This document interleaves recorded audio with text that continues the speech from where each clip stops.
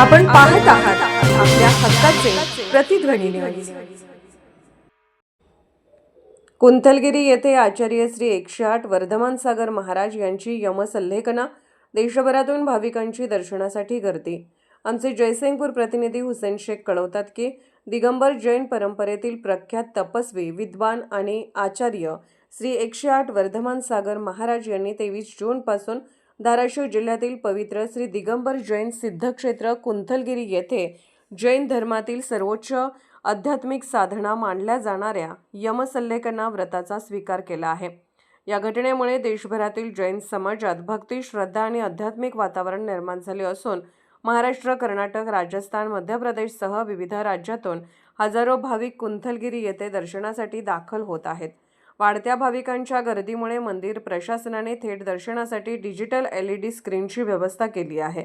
मंगळवारी आचार्य श्रीच्या यमसल्लेखना व्रताचा 8वा दिवस म्हणून सांगली, कोल्हापूर, बेळगाव, पुणे, सोलापूर, धाराशिव आदी भागातून मोठ्या संख्येने महिला, पुरुष भाविक कुंथलगिरी येथे दर्शनासाठी येत आहेत।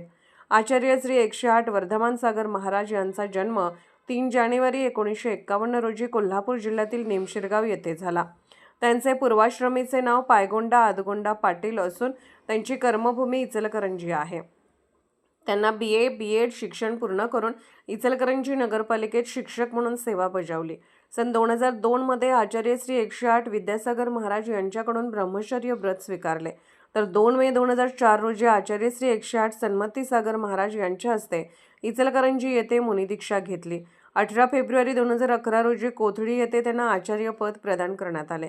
आचार्य श्रींनी संयम, तपश्चर्या आणि धर्मप्रसारासाठी संपूर्ण जीवन समर्पित केले आहे। त्यांच्या प्रेरणेने आतापर्यंत 37 जणांनी दिगंबर जैन दीक्षा स्वीकारून मोक्ष मार्गाची वाट धरली आहे।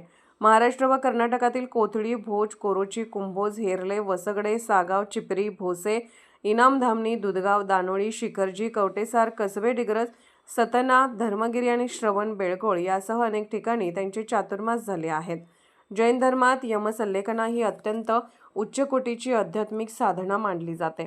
वृद्धत्व किंवा शरीर आत्मसाधनेस साथ देत नसल्यास पूर्ण समत्व भावाने राग, द्वेष, मोह आणि आसक्तीचा त्याग करून अन्न व जलाचा क्रमाक्रमाने त्याग करत आत्मशुद्धी आणि मोक्षमार्गाच्या साधनेसाठी हे व्रत स्वीकारले जाते।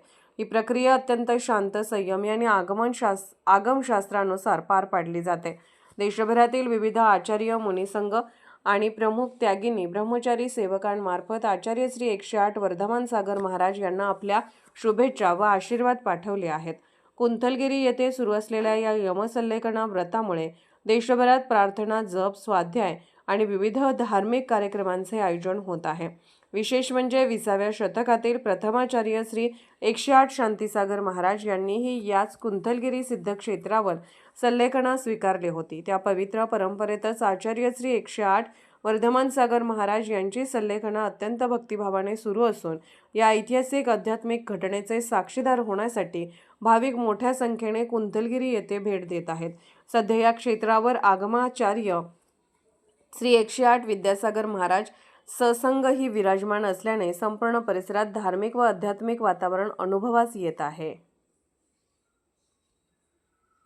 आपण पाहत आहात प्रतिध्वनी चॅनल। अशाच बातम्या पाहण्यासाठी आमच्या चॅनलला सबस्क्राइब करा आणि बेल आयकॉनवर क्लिक करा।